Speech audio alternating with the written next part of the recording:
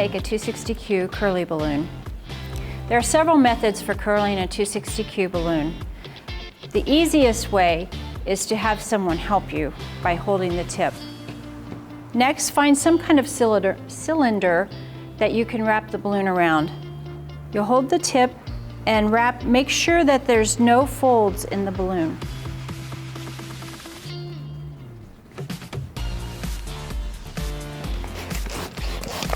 Inflate at a steady pace, that's good, until the balloon is fully inflated. If you find that it's extra tight here, you can release some of the air to give you more neck to tie with. If you want more of a curl here, just use your hands to fold it into the shape you want.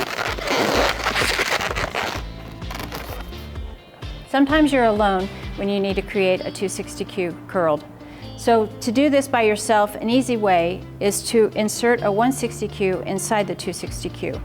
To do that, hold the 260Q so the neck is up and the tail is down, and then insert the tail of the 160Q through the 260Q. All the way in so that the neck's aligned. Find the tip of the 160Q and tie a knot together so the tails are tied together.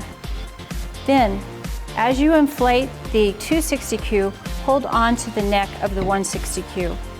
You're inflating the 260Q with the neck of the 160Q outside.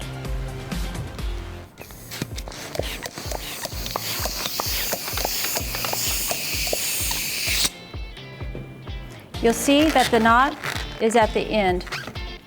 You can hold on, inflate, or hold on and release some air as you tie the balloon. The knot that's at the tip of the balloon just tucks inside so it can be hidden. This allows you to shape the balloon a little more, and it holds a nice tight curl.